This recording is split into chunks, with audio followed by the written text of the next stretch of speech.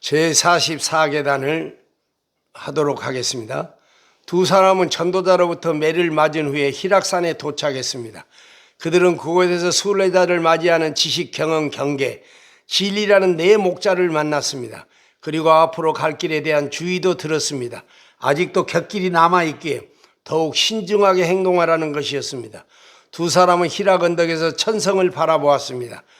그러나 그들은 또 그 산에서 눈먼 자들이 절벽에서 떨어져 무덤가를 더듬고 다니는 불쌍한 소경들도 보았습니다.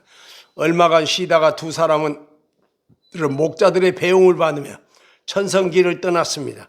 여기서 천성은 그리 멀지 않다고 했습니다. 자, 희락산 신앙은 고차원의 신앙입니다.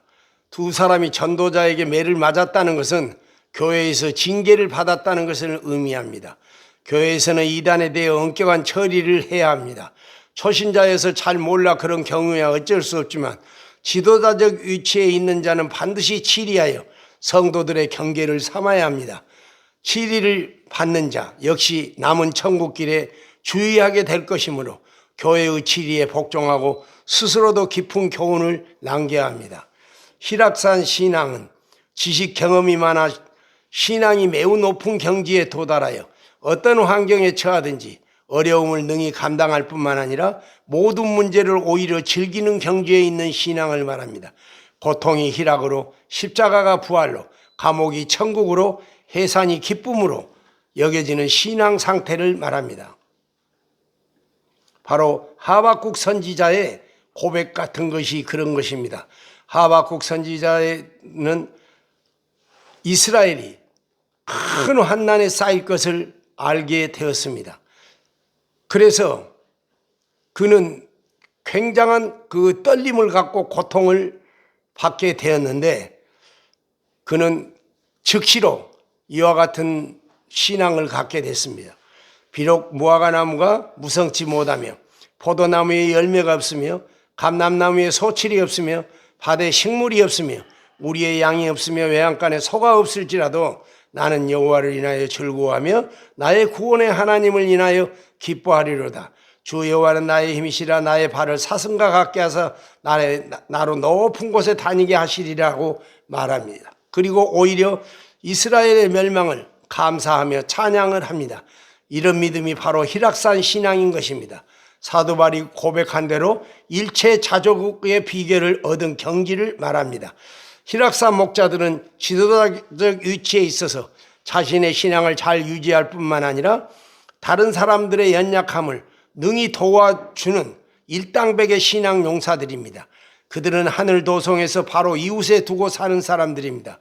그렇다고 해서 그들도 천성에 도착한 것이 아니므로 희락산 성도 역시 경계심을 늦춰서는 안 됩니다. 희락산의 지도자가 갖춰야 할 덕목은 첫째, 지식입니다. 교회의 지도자는 자신의 믿음을 향상시키기 위해서 그리고 다른 성도와 교회를 올바로 인도하기 위해서 높은 수준의 교회 관리 지혜와 성경에 대한 지식을 구비해야 합니다. 감독이나 목사나 장로로 부르심을 받았다고 신앙이나 사역이 완성된 것은 아닙니다. 말씀을 더 깊이 삼아오고 배우고 연구하며 자신과 성도들을 가르쳐야 합니다. 바울은 당시의 감독이었던 디모데에게 내 속에 있는 은사 곧 장로회에서 안수받을 때에 애언으로 말미암아 받은 것을 조심 없이 말며 이 모든 일에 전심전력하여 너의 진보를 모든 사람에게 나타내게 하라고 합니다. 지식이 부족하면 약무리를 바로 인도할 수 없습니다. 우리는 때로 영적, 인격적, 지식적 진보를 멈추고 퇴보하는 목사와 장로들로 인하여 고통당하는 교회의 성도들을 보게 됩니다. 참으로 안타까운 일입니다. 그들이 지도자이니 누가 그들에게 충고나 조언을 할 수 있겠습니까? 둘째, 과거 경험을 잘 활용해야 한다는 것입니다. 지도자가 어떤 상황에서 같은 실수를 반복하는 것은 성도를 불안하게 만들고 신뢰를 잊어버리게 하는 것입니다.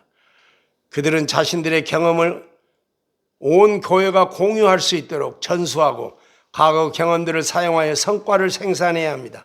셋째, 경계심입니다. 그는 목자로서 약무리를 사자나 이리로부터 지켜야 합니다.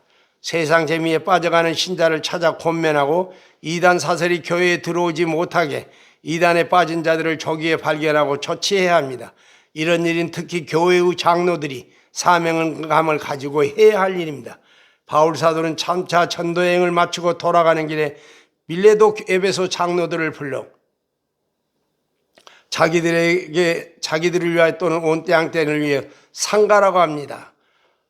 그래서 자기가 떠난 후에 흉악한 이리가 그들에게 와서 그 양떼를 아끼지 하며 또한 너희 중에서도 제자들을 끌어 자기를 쫓게 하려고 어그런지 말을 하는 사람들이 일어날 줄을 안다고 하면서 경계하였습니다. 한국교회 내에 침투한 신천지 이단의 사건은 장로들로 하여금 깨어 있으라고 경종을 울리는 사건입니다. 넷째, 경건에 이르기를 힘써야 합니다. 옛날에는 안 그랬는데 우리 목사님이 혹은 아무개 장로님이 또 어떤 리더가 변했다고 하는 말을 듣지 않도록 해야 합니다. 사람이 보통 나이가 들면 교만하고 고집이 세지고 남의 말을 듣기 싫어하며 범죄에 무감각하고 뻔뻔해지고 조급하고 자기중심적이며 억세지는 경향이 있습니다. 그런 것을 내버려두면 습관이 되고 젊은 사람들의 존경을 잊기 십상입니다. 그럼에도 불구하고 신자들이 자기에 대하여 어떻게 생각하고 있는지 감각도 없는 경우가 많습니다.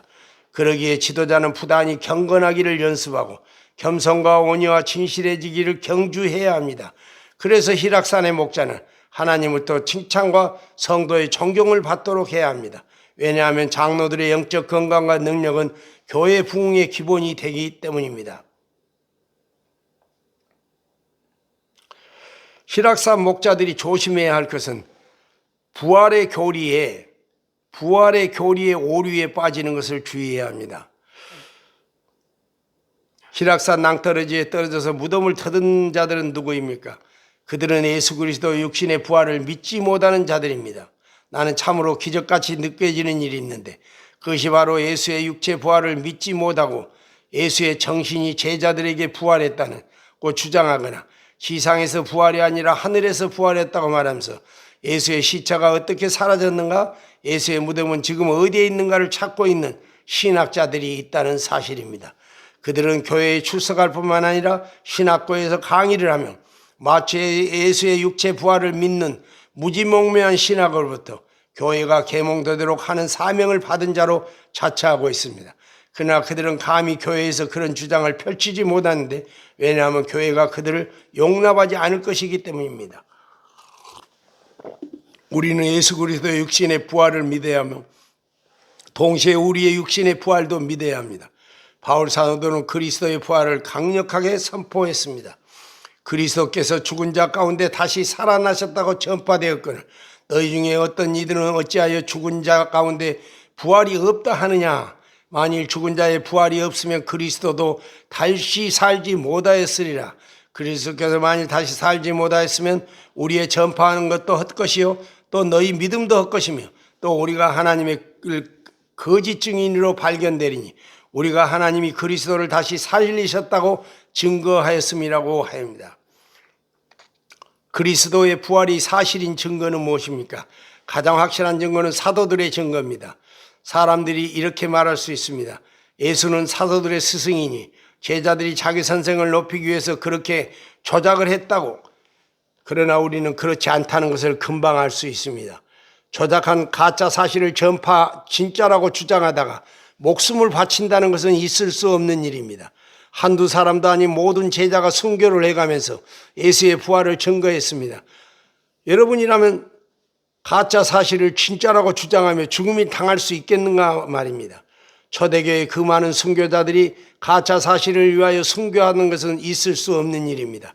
주님의 부활을 증거하기 위하여 그들은 자기를 내주었고 심지어 자기 자녀들의 생명도 내어주었던 것입니다. 부활의 가장 강력한 증거는 바로 사도 바울의 회심입니다. 사도 바울은 당시에 가장 강력한 교회의 적이었습니다. 그가 예수가 부활했다는 소리를 가장 싫어했으며 까닭에 스데반을 죽였고 그리고 기독교인들을 핍박하였습니다. 그는 외국까지 기독교인을 잡기 위하여 쫓아갔는데 도중에 그는 부활하신 예수를 만났고 그의 운명은 180도로 바뀌었습니다. 그는 총망받는 바리새인이었습니다. 가말리엘 학당의 수제자였습니다. 대제사장의 신임을 받은 사람입니다. 그리고 귀족입니다. 로마 시민권자입니다. 학자입니다. 그런데 그가 부활한 예수를 만난 순간 그러한 권세들은 하루아침에 다 날아갔습니다.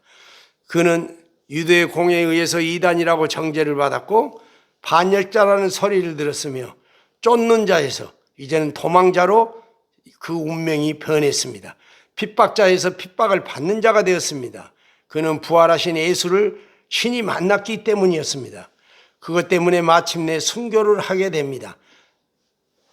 사도 바울은 예수 그리스도의 적이었습니다. 그런데 그 적이 예수님을 만나고 난 다음에 예수님이 부활했다고 증거하는 것입니다. 그러므로 그의 증거는 가장 확실한 증거가 되는 것입니다.